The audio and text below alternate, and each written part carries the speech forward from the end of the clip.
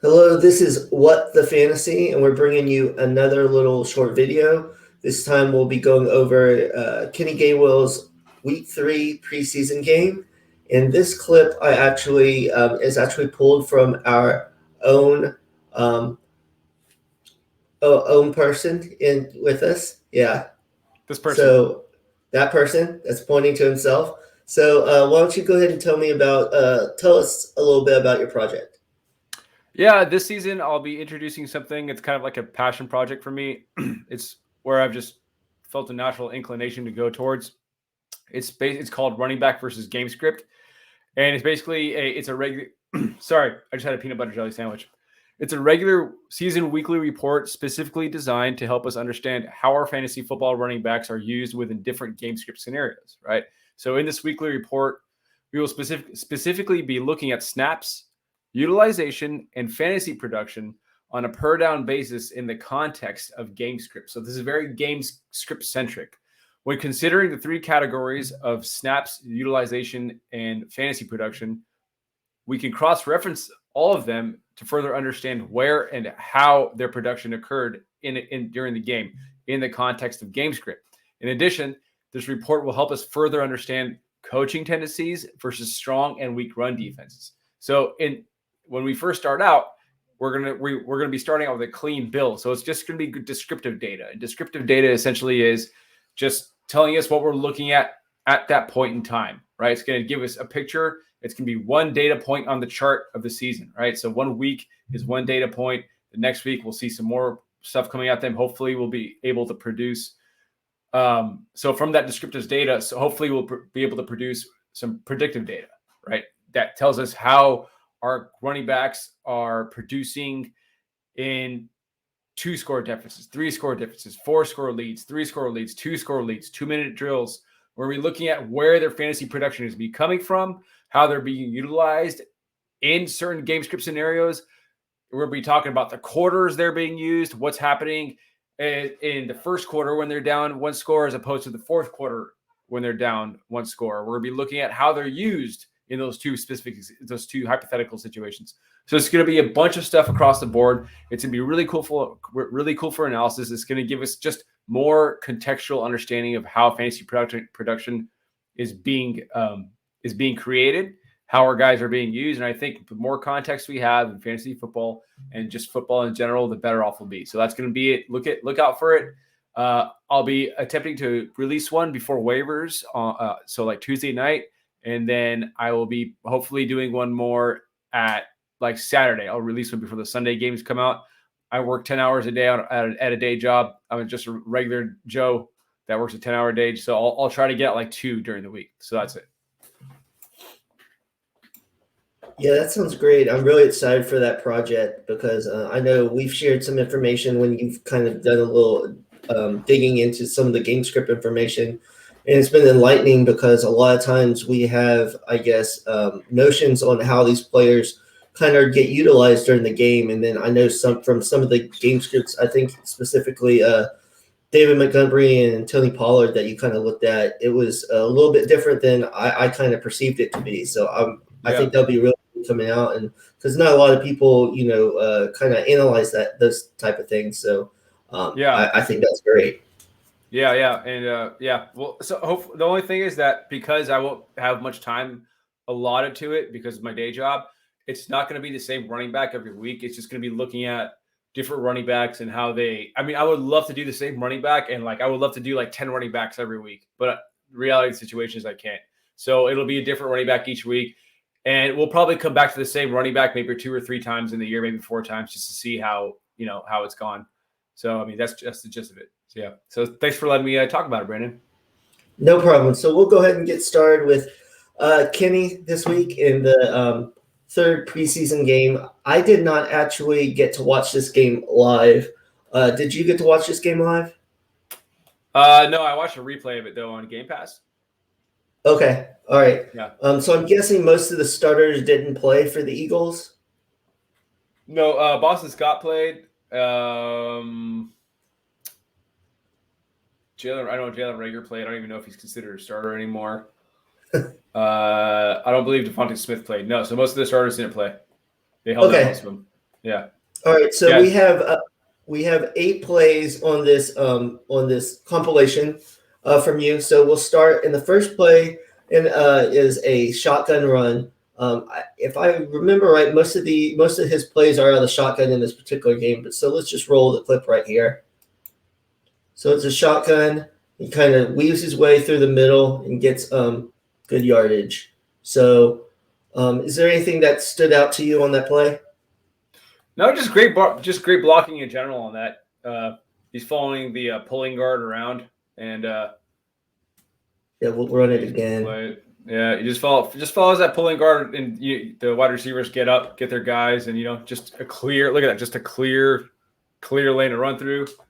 That shouldn't be a problem for most running backs. So I mean, this is just par for the course for most running backs. No, I agree. Yeah, it was great blocking, but his burst, if he gets a hole like that, his burst and his moves in and out between defenders is really going to help him get large chunks like that play.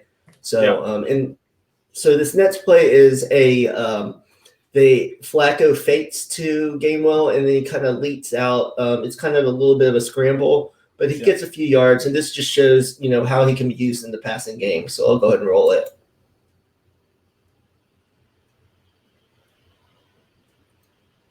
Yeah, great heads up play by Kenny Gainwell to keep his eyes on his quarterback and bail him out in that situation.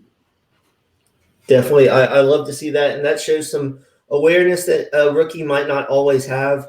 That he's watching, he doesn't just stand there; he kind of moves with the quarterback, and he's sure-handed, and like we keep on saying, he gets yards after the catch. He's continually going to get 2 or 3 yards after the catch on those type of plays.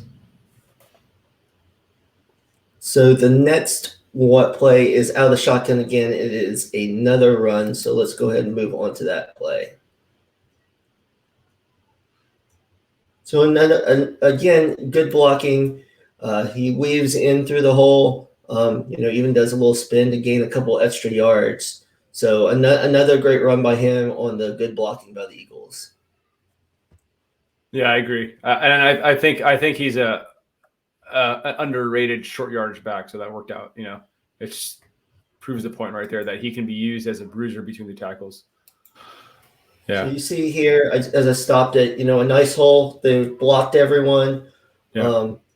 I like that he follows the correct hole. He does, because he might try to jump outside, or some speedier bats would, and then the defenders might come off those blocks and tackle him. So it's good that he just finds the hole, and gets through there. And then, like I said, does a little pirouette, I guess you could say, gets a couple extra yards. I like that too, because it seems that he's not getting big hits on his body. He's able to, maneuver and make sure he avoids some of those. So I think that'll be a big thing for him, as not a huge running back, to kind of avoid some of those hits and be able to stay healthy all season. Mm-hmm.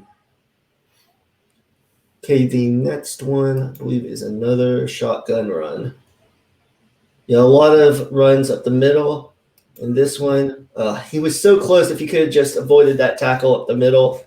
But, again, he follows his blocks again. Yeah, he almost broke that one, man. Yeah, so this was the previous play we're talking about. But this one right here. Look at that. Look at the center. The center just destroys that tackle. Yeah, he just destroyed. I mean, that line was just blocking the hell out of those guys for Kenny Gainwell. But yeah, Kenny almost broke that one, man. I would love to see what Kenny can do heads up versus safety in the middle of the open field. Right. Haven't seen that yet. So then the next play, he does end up scoring on this drive. So here it is. He has a nice little cutback right here for the touchdown. It was pretty good blocking also, so we'll take it back. Okay. So what did you see from this play? I just saw good blocking, and I saw the Jets DB up top, the top of our screen. Is the last one. He's the only guy that's there to beat, and he's left hanging on the outside of the perimeter on the top portion of the screen. Right, right here. You see, and right now you paused it at a good point because you see Kenny Gainwell planting his foot and ready to burst up field, which he's so good at. Everybody got on their blocks. Yeah, it's just there's that little hesitation by that defensive back when Gainwell kind of cuts back, and then once he was on the same level as him, he wasn't going to be able to make that tackle because Gainwell has that burst. So I was, it's just a preseason game, but I was happy to see that they kind of showcased him on a drive, with runs. He got his initial touchdown. I know it doesn't mean much, but in preseason, for these rookies, you always like to get them going, see some success so they can get their confidence up. Yeah. And I think in this particular drive, we saw Eagles offensive line and Kenny Gainwell operating under optimal situations when the blocking was executed to a T, and we saw holes opening up. So under that context, we saw really clean execution from the running back and the offensive line, and at a baseline level, that's all we can hope for. I mean, that's all we want right now. I know the Eagles offensive line, they're pretty good, aren't they? They have a pretty solid line. Yeah, I believe so, especially since I know they dealt with injuries last year, so if they can stay healthy. One thing I'd like to say is I know the Jets' defense has encountered a lot of injuries in preseason, so I don't know how good they are. Right. But the positive is he was making these runs with Joe Flacco, which is not a rushing threat. So you got to figure when he gets on the field with Jalen Hurts, who can run read options, it's going to open up even more room. He hasn't really gotten runs where he's really gotten to break away, and kind of show his, pure speed. So I'm really hoping they can get some of those. But I think he's looked good, even though he hasn't had long runs. So I think that's a positive too, that he can be used, within the structure of the offense for, 5-7 yard gains, so they can keep him involved throughout the game. Right. I'm looking at the Eagles run blocking right now. I think. Yeah, they got PFF graded them out as a 67.1 on the year last year. So it's not horrible.